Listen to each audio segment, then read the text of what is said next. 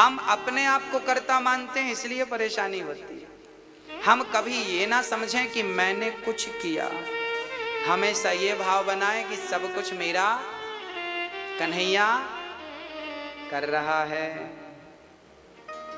मैं कुछ नहीं कर रहा, सब कुछ वही है। बस सारा काम मेरे गोविंद करते हैं। मैं नाचने वाला हूं, वो नचाने वाले हैं। ये फैक्ट्री मेरी नहीं है, फैक्ट्री गोविंद की है, फैक्ट्री भगवान की है। ये पत्नी मेरी नहीं, भगवान की है। पुत्र मेरा नहीं, ईश्वर का। सब कुछ ईश्वर का, मैं केवल नौकर हूं, उस ईश्वर का चाकर हूं। मेरी हैसियत उससे ज्यादा नहीं है, नहीं। भक्तों, मैं कथा में अक्सर कहा करता हूं कि कभी कभी कुत्ता गाड़ी के नीचे चलता चलता समझने लगता है कि गाड़ी मैं चला रहा हूं। एक कुत्ता गाड़ी के नीचे चल रहा था, बैलगाड़ी के छकड़े के। वो समझने लगा कि गाड़ी मेरे कंधे पे है, मैं चला रहा हूं। बस वही स्थिति हमारी और आपकी। जब हम बहुत नाम कमा लेते हैं, पद प्रतिष्ठा पा लेते हैं, धन धान्य पा लेते हैं, तो हमें लगने लगता है कि ये मेरी मेहनत का फल है, मैंने मेहनत की, मैंने किया, मिला ना। इस बात पर मैं अक्सर कहा करता हूं कि आपकी कामयाबी के पीछे आपकी मेहनत नहीं, मेरे गोविंद की कृपा है, पूरी पूरी कृपा। क्योंकि उसकी कृपा के बिना मेहनत करने वाले बहुत है। आप और हमसे ज्यादा मेहनत तो मजदूर करता है। हमसे ज्यादा भी मेहनत करने वाले लोग हैं या नहीं, पर वो तो कामयाब नहीं हो पाए ना। बेचारे वो फुटपाथ पर सोते हैं, रोटी खाते भी हैं कि नहीं, उसकी भी गारंटी नहीं। तो ईश्वर ने हमें जो दिया है वो हमारी मेहनत का नतीजा नहीं है, वो कृष्ण की प्रत्यक्ष कृपा। आप महसूस करें ना करें वो आपकी मर्जी है, पर कृपा की ना होती जो आदत तुम्हारी, तो सुनी ही रहती अदालत तुम्हारी। गरीबों के दिल में जगह तुम ना पाते, तो किस दिल में होती हिफाजत तुम्हारी। ना हम होते मुजलिम, ना तुम होते हाकिम, तो किस दिल में होती इबादत तुम्हारी। कृपा की ना होती जो आदत। बड़े दयालु हैं कन्हैया। हम लोगों की गलती कहाँ है? हम मान बैठे हैं कि हम करते हैं, हम करते हैं। एक दिन भगवान, दो वृक्ष लगे थे, जब भगवान को उखल से बांधा, मैया पर कृपा करी, बंध गए भगवान। उखल से बीच से निकले, दो वृक्ष से बीच से निकले उखल को लेकर, दोनों वृक्ष धड़ाम से गिरे। दोनों ने स्तुति करी। वाणी गुणानुकथने श्रवणौ कथायाम, हस्तौ च कर्म सुमनस्तव पादयो। वाणी गुणानुकथने श्रवणौ कथायाम। अपनी वाणी से सदा गोविंद का गुणगान करता रहूं, सदा कानों से कथा श्रवण करता रहूं। यही भाव बना रहे, यही भाव बना रहे। एक दिन भगवान ने इन पर कृपा करी। ये दोनों श्रापवश वृक्ष बने थे, आज दोनों को भगवान ने मुक्त किया। भक्तों, एक दिन मां यशोदा श्री कृष्ण को लेकर के गई और मिट्टी खाने लगे भगवान श्री कृष्ण। मैया ने बोला, च्योरे लाला तैने माटी खाई है? कन्हैया बोले, ना मैया मैंने माटी ना खाई। चल मुखड़ो खोल। कन्हैया कह रहे हैं, ना हम भक्षितवानम्ब सर्वे मिथ्या विशंसिनः। माँ, ये सब बेकार की बातें कर रहे हैं, मैंने कोई मिट्टी नहीं खाई। मैया बोली, तो नहीं खाई तो मुंह खोल। जब कन्हैया ने मुंह खोला तो इतने से मुख में पूरा ब्रह्मांड नजर आ गया।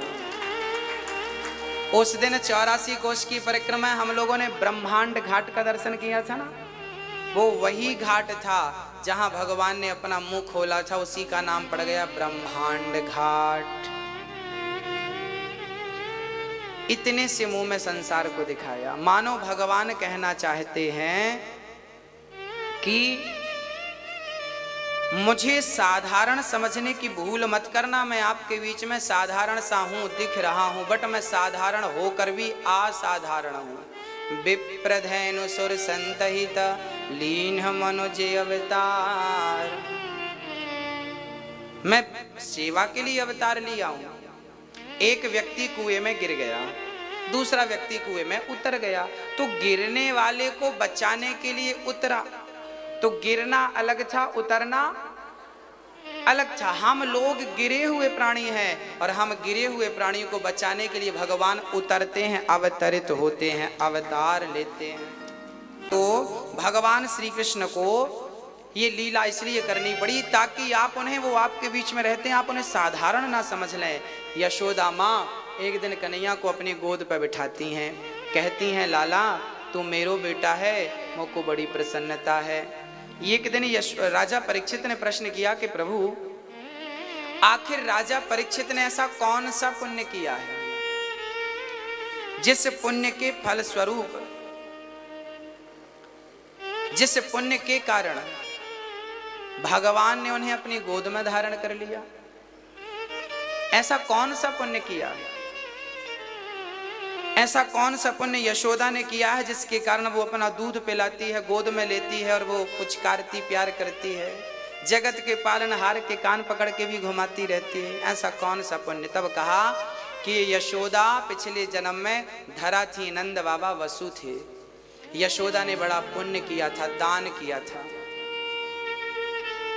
दान करने से ही गति होती है। और जो वृद्धाश्रम में मंदिर बन रहा है, उस मंदिर के निर्माण में भी आप लोग अपना सहयोग कर सकते हैं। मंदिर तो मंदिर है, माँ ही मंदिर है। भक्तो द्रोणो वशो नाम प्रवरो धरया सहभार्यया। वसुदेव जी, नंद बाबा और वसुदेव, नंद बाबा और यशोदा, ये धरा और वसु थे, दोनों बड़े प्रेम से भगवान की भक्ति करते थे। एक दिन धरा जंगल में अकेली थी, पति देव स्नान कर रहे थे, तभी संत आ गए। संतों ने कहा माँ भूख लगी है, कुछ भोजन कराओ। तब धरा गांव में एक सेठ के घर चली गई। सेठ से कहा कि हमें 2 रुपए दे दो, हम संत सेवा करना चाहते हैं, साधु सेवा करना चाहते हैं। भक्तों, धरा गांव में गई, पर वहां का जो मुनीम था, जो सेठ था, वो बड़ा नियत का बुरा था। वो धरा से कहने लगा पहले तुम्हें कुछ चुकाना पड़ेगा, बाद में हम आपको दे सकेंगे। क्या दे दें? तब धरा की नियत, धरा पर नियत बिगड़ गई सेठ की। कहा धरा तुम अपने स्तन हमें दे दो, तुम बड़ी सुंदर हो। तब धरा ने अपने दोनों स्तनों को काट करके और सेठ के हाथ में दे दिया। 2 रुपए लेकर के बाजार गई, सामग्री खरीदी और 2 रुपए के सामग्री से संतों को बढ़िया खीर पूड़ी हलवा खिलाया। संतों ने देखा देवी आपके शरीर से रक्त बह रहा है, क्यों? तब संतों ने कहा देवी कारण बताओ। तब धरा ने कहा कि रक्त बहने का कारण यही है कि आपकी सेवा के लिए मुझे संतों के लिए अपने स्तनों का दान करना पड़ा। वो संत के रूप में भगवंत थे, प्रकट हो गए भगवान। बोलिए भक्तवत्सल भगवान। भगवान प्रकट होते हैं और भगवान बड़े भाव से प्रकट होकर के कहते हैं कि आपने मेरे लिए अपने स्तनों का दान किया, अगले जन्म में मैं आपका पुत्र बनकर आपके स्तनों का पान करूंगा। आज संतों को स्तनों का दान कर दिया, काट कर 2 रुपए के लिए। आज भगवान ने उस पुण्य के कारण यशोदा को आज माँ का दर्जा दिया है। गोद में बैठ कर के भगवान पान कर रहे हैं दूध का। एक दिन भगवान श्री कृष्ण को माँ यशोदा ने दही मंथन कर रही थी। एकदा गृहदासीसु यशोदानंद गेहिनी कर्मांतर नियुक्तासु निर्ममंथ स्वयं दधे। आज यशोदा ने दही मंथन किया, तब भगवान श्री कृष्ण ने कहा मां मुझे भूख लगी है, भोजन कराओ, भोजन कराओ। तब यशोदा ने दूध पिलाया, तभी चूल्हे का जो दूध चढ़ा था वो उफनने लगा। भगवान श्री कृष्ण को छोड़कर मां दूध उतारने गई तो भगवान ने सारी मटकियों को तोड़ दी। मैया छड़ी लेकर दौड़ी, लाला तेने मटकी तोड़ी, आज तेरी खबर लूंगी। और भगवान आगे आगे भाग रहे हैं, पीछे से मैया दौड़ रही है। जो भगवान 3 पग भूमि में दुनिया को नाप सकता है वो भागेगा तो क्या कोई पकड़ सकता है? कभी नहीं पकड़ सकता। वो आएंगे जरूर।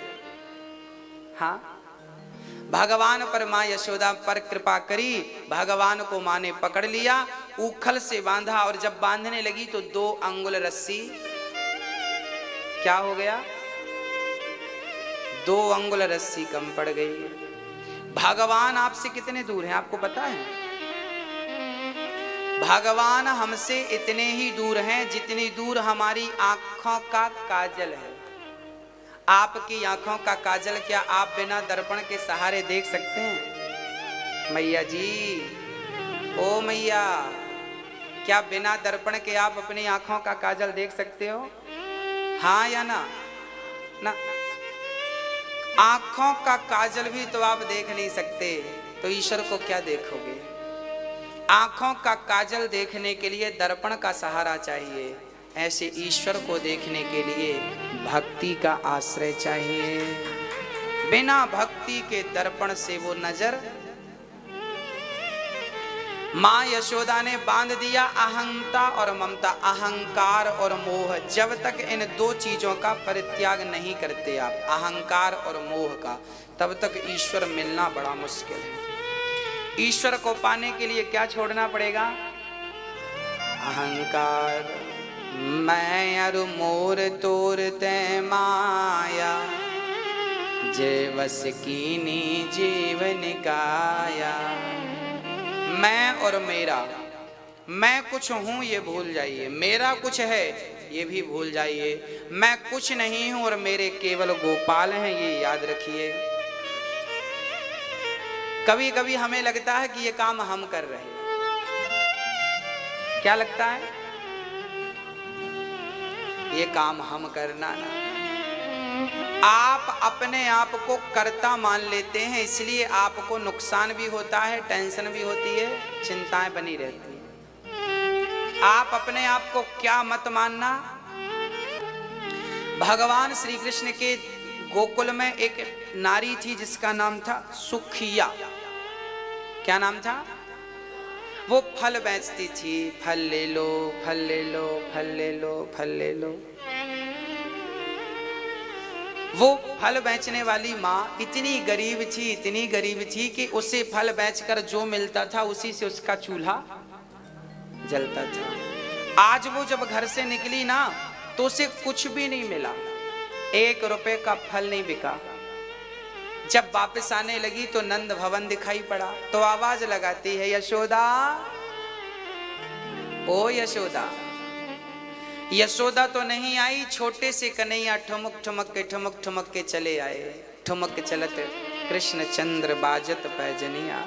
चल रहे हैं मेरे कृष्ण, पाँव में पायल बंधी, कमल में करधन बंधी और हाथ में सुंदर सा, कान में कुंडल, सुंदर से घुंघराले बाल, छोटा सा मुंह, सुंदर सी मुस्कान। जब सुखिया ने देखा ना तो उसका मन बड़ा प्रसन्न हुआ।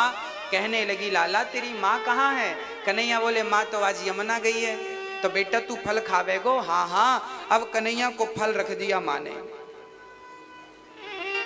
कन्हैया को माँ ने फल सौंप दिया, दे दिया। कन्हैया फल लेकर अंदर गए और तुरंत गेहूं के बोरे पे हाथ डाला, चावल के बोरे में हाथ डाला और अंजलि में गेहूं चावल भरकर चलने लगे। पर यहाँ छोटा सा हाथ था, ये छेद था, गिरना शुरू हो गया। गिरते गिरते पूरा गिर गया। 10-20 चावल के दाने, गेहूं के दाने बचे तो भगवान ने पोट उसके टोकनी पे ऐसे झड़ा दिया। सुखिया बोली, लाला तेरे घर पे इतना ही है, तू मोकू फल के बदले इतना ही देवेगो? कन्हैया बोले मैया मेरे हाथ में जितना आयो मैंने तो क्यों दे दियो। मैया बोली कोई बात नहीं लाला, तेरो दर्शन करके मुझको बड़ो सुख मिलो। कपड़ा ढक करके मैया चली गई। बच्चे छोटे छोटे पीछे पड़ गए, माँ मेरे लिए क्या लाई हो, बताओ मेरे लिए क्या है। माँ बोली बेटा आज तो कुछ नहीं है, आज तो फल भी बिक गए और कुछ मिला भी नहीं, सब कन्हैया को दे दिया। और कन्हैया को सब दिया था तो ऐसा तो था नहीं कि कन्हैया को से देना। मैया बोली लाला चूल्हा नहीं जलेगा, पानी पी के सो जाओ। जब टोकनी रखी और बच्चों ने कपड़ा हटाया तो जितने दाने गिरे थे चावल के, एक एक दाना हीरा मोती बनकर कई कई गुना हीरा मोती टोकनी भर गई और गिरने लगा। पूरा घर सोना चांदी धन धान्य से भर गया। तुझे देते नहीं देखा पर झोलियां भरी देखी, इसी का नाम ये बात है कि भगवान ऐसे देता है कि दुनिया में कोई इस प्रकार दे ही नहीं सकता। किसी में सामर्थ्यता ही नहीं है देने की। बस क्या कहें भक्तों हम आपसे, वो इतना सा लेता है, इतना कुछ करके देता है। बोलिए भक्त वत्सल भगवान की जय। चित्रकूट के घाट घाट में सबरी देखे बाट, राम मेरे राम मेरे ये वही चित्रकूट है जहां पर सबरी इंतजार। चित्रकूट में राम जी ने बहुत समय व्यतीत किया। चित्रकूट में कामदगिरी की परिक्रमा है, बड़ा अद्भुत धाम है। तो इन अभी 13 अप्रैल को सबसे पहले नेपाल में कथा है।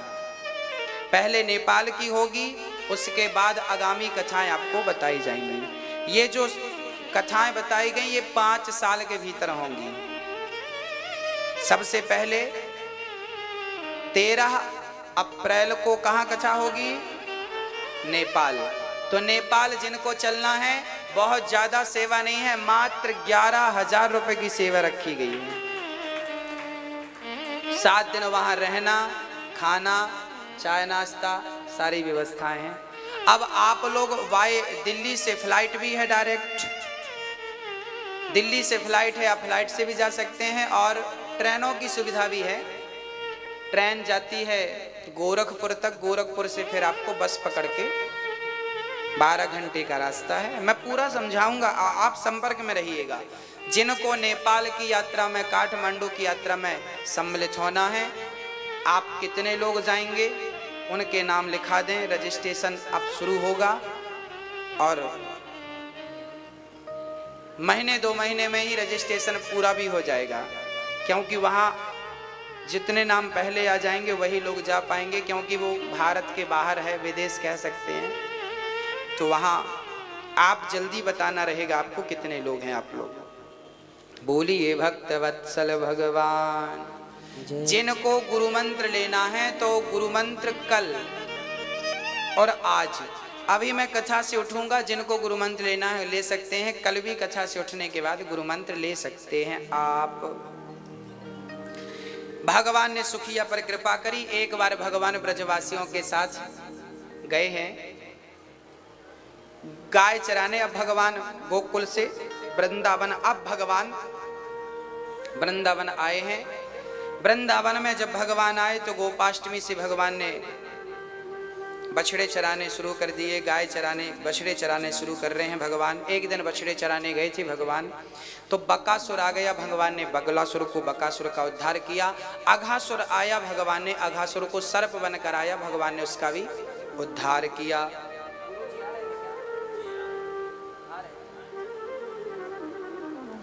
अघासुर का भगवान ने उद्धार किया। आज सारे ब्रजवासी भगवान की परिक्रमा लगाकर बैठ गए हैं, गोल गोल कन्हैया को बीच में बिठाया, आजू बाजू बैठ गए हैं। और उसके बाद भगवान श्री कृष्ण सारे ब्रजवासियों के हाथ से कुछ कुछ खा रहे हैं। जिसके पास जो था उन्होंने खिलाया। कोई मक्खन खिला रहा है, कोई मिश्री खिला रहा है। अच्छा, भगवान के एक भक्त का नाम था मधु मंगल। बहुत गरीब थे मंगल जी, मंगल बहुत गरीब थे। भाव तो था कि मैं कुछ लाया होता तो कन्हैया को खिलाता, पर क्या बताऊं कुछ लाया ही नहीं, क्या खिलाऊं कन्हैया को। भगवान मनोभाव को समझ गए,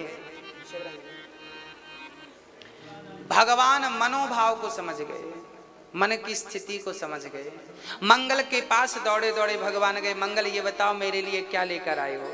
मंगल बोला कुछ नहीं लाए। तो लाओ, क्यों नहीं लाए, जाओ घर से लेकर आओ। अब भगवान मंगल की मन की दशा समझ गए कि ये खिला नहीं सकता, पर खिलाने का भाव। मंगल दौड़ा दौड़ा, माँ माँ, घर गया, माँ क्या बनाया है आपने। माँ ने कहा बेटा कुछ नहीं बनाया, 2 दिन पहले कढ़ी बनी थी रखी है। कढ़ी भर करके मंगल चल पड़े पात्र में। वो कढ़ी लेकर जब मंगल चले, परिणाम हुआ कि रास्ते भर सोचते रहे कि ये खट्टी कढ़ी कन्हैया को खिलाऊंगा, बीमार ना पड़ जाए। तो यमुना के तट पर खड़े होके मंगल वो कढ़ी गट गट गट गट गट गट गट गट पीने लगे। सारी कढ़ी मंगल ने जो बची उसे यमुना में फेंक दिया। कन्हैया दौड़े दौड़े आए, पूरी तूने पी ली, बचाना। जो बची वो फेंक दिया, बचे क्या, भगवान के मुंह पे कढ़ी भरी थी। भगवान ने कहा पूरी तूने गट कर ली, पर ये मत पीना। मंगल के मुख में भगवान ने अपना मुख लगाया और मंगल के गाल में एक ठोकर लगाई। मंगल के अंदर की कढ़ी भगवान के अंदर समा गई। बोलिए भक्त वत्सल भगवान की जय। भगवान ने उगलन खाया, जूठन खाया। इस कथा से क्या सिद्ध हुआ, इस कथा से ये सिद्ध हुआ कि भगवान अपने भक्तों के लिए उनका उगलन भी खाने को तैयार हैं। कोई प्रेमी भक्त मिले तो उसके लिए उगलन भी खा सकते हैं, बस प्रेम में बिक जाते हैं। प्रेम ही भगवान को प्राप्त करा सकता है, इसलिए उनके चरणों में प्रीति दिनों दिन बढ़ाइए, श्रद्धा दिनों दिन बढ़ाइए। जो कल थी उससे आज ज्यादा हो, जो आज है उससे ज्यादा कल, ऐसी बढ़ाते जाइए, बढ़ाते जाइए। एक दिन वो स्थिति हो जाए कि इतनी चरम सीमा हो, उत्कंठा हो मिलन की कि बस प्राण निकल जाए। गोपियों को छोड़कर जब भगवान श्री कृष्ण गए तो गोपियां रोने लगी, कन्हैया हम मर जाएंगे, अब रह नहीं सकती आपके बिना। भगवान से मिलने की ऐसी उत्कंठा हुई कि नाम पाहेरु दिवस निसी,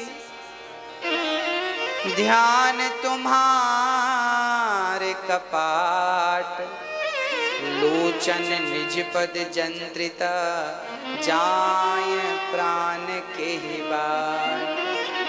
बस प्राण निकल जाएंगे। मछली पानी में रहती है, सर्प भी पानी में, कछुआ मेंढक भी पानी में, पर कछुए को पानी से निकाल दो तो क्या मरता है, सर्प को पानी से निकाल दो तो क्या मरता है, मछली को पानी से निकाल दो तो क्या जिंदा रहती है। सर्प के पास और मेंढक कछुए के पास तो ऑप्शन है, पर विडंबना तो मछली की है जिसके पास ऑप्शन नहीं है। वो पानी के सिवा रह ही नहीं सकती, पानी के बिना। जैसे मछली के पास ऑप्शन ही नहीं है थल का, ऐसे ही जब आपके पास केवल कृष्ण के सिवा कोई ऑप्शन ही ना बचे तभी वो प्राप्त होगा। जब तक ऑप्शन रहेगा तब तक उसका मिलना मुश्किल है, क्योंकि भगवान ने कहा, सुनेरी कबीरदास सूरदास जी पद गाते हैं, सुनेरी मैंने निर्बल के बल, सुनेरी मैंने निर्बल के बल राम, सुनेरी मैंने निर्बल के। जो निर्बल होता है निर्बल को न सताइए, जाकी मोटी हाय। निर्बल को मत सताइए, दुर्बल को मत सताइए। जब तक आपके सारे सहारे नहीं छूट जाते, रिश्तेदारों से, पत्नी पति पुत्र पैसा पद से जब तक मन नहीं हट जाता, तब तक परिपूर्ण परमात्मा आपसे मिल नहीं सकता। और मुझे यकीन है कि जिस दिन ये दुनिया वालों से बंधन खोल लोगे ना, उस दिन कन्हैया तुम्हें प्रत्यक्ष खड़ा नजर आ जाएगा। प्रत्यक्ष नजर आएंगे। भगवान भक्त के लिए ये सब करते हैं। ब्रह्मा जी मोहित हो गए, ये कैसा भगवान है। तब ब्रह्मा जी भगवान के बछड़ों को छिपाए और ग्वाल वालों को छिपाए। ब्रह्मा जी ने भगवान की परीक्षा ली। अब भगवान ने ब्रह्मा जी को कहा, अच्छा हमसे आपने पंगा लिया है। तब भगवान खुद भगवान ब्रह्मा बन के बैठ गए और कह दिया द्वारपालों से, नकली ब्रह्मा बहुत घूम रहे हैं, आने मत देना। जब ब्रह्मा जी अपने घर गए तो द्वारपालों ने फटकार लगाई, चलो बुड्ढे बाहर, तुम्हारे जैसे बहुत घूम रहे हैं। ब्रह्मा जी को समझते देर नहीं लगी कि भगवान से पंगा लिया, परिणाम ये। उस टाइम 1 साल के लिए भगवान ही ब्रजवासी बने थे, भगवान ही ग्वाल बाल बने और बनकर भगवान ने लीला को आगे बढ़ाया। हाँ मैया जी, नींद आ रही है? हाँ? क्या नींद आ रही है? ब्रह्मा जी भगवान के ब्रजवासियों को छिपा दिए, भगवान खुद ब्रजवासी बन गए, ग्वाल बाल बन गए, लीला को चालू रखा। बाद में ब्रह्मा जी आए और भगवान की स्तुति करने लगे। नौमीट्यते ब्रवपुसे तडिदंबराय। हे ईड्य, हे परमात्मा, आप ही स्तुति के योग्य हैं, मैं आपको प्रणाम करता हूं। भगवान की 40 श्लोकों में स्तुति की भगवान ने क्षमा किया। जब राधा जी से ब्रह्मा जी ने कृष्ण का विवाह कराया, भांडी वन में जो आपने देखा था वहां पर कराया, तब भगवान ने माफ किया। ताड़वन भी आपने देखा था, क्या देखा था? ताड़वन देखा था ना आपने, जहां पर भगवान बलराम जी थे, बलराम जी के बाजू में रेवती बैठी थी और बाजू में श्री कृष्ण बैठे थे, भैया भाभी सब थे वहां पर। पूरी दुनिया में एक वो ही ऐसा मंदिर है जहां बलराम जी और बलराम जी की पत्नी साथ में है। ताड़ बन आपने देखा था, वहां पर भगवान ने धैनुकासुर नाम के दैत्य का उद्धार किया था। तब भगवान ने कालियानाग का उद्धार किया। कालियानाग सारी पृथ्वी को गड़बड़ कर रहा था, यमुना जी का तो जल गंदा कर दिया, पूरा जहर से भर दिया। तब भगवान ने कालियानाग पर कृपा करी, काली दह पर कूद गए। गेंद का खेल खेलते खेलते काली दह पर कूद कर कालियानाग के ऊपर नृत्य किया। कालियानाग के अहंकार को चकनाचूर करके रावणद्वीप में भेजा। प्रलंबासुर का भगवान ने उद्धार किया। प्रलंबासुर को मारकर भगवान ने राधा कृष्ण कुंड में स्नान किया था, जहां उनको गाय हत्या लगी थी, उससे मुक्ति मिली।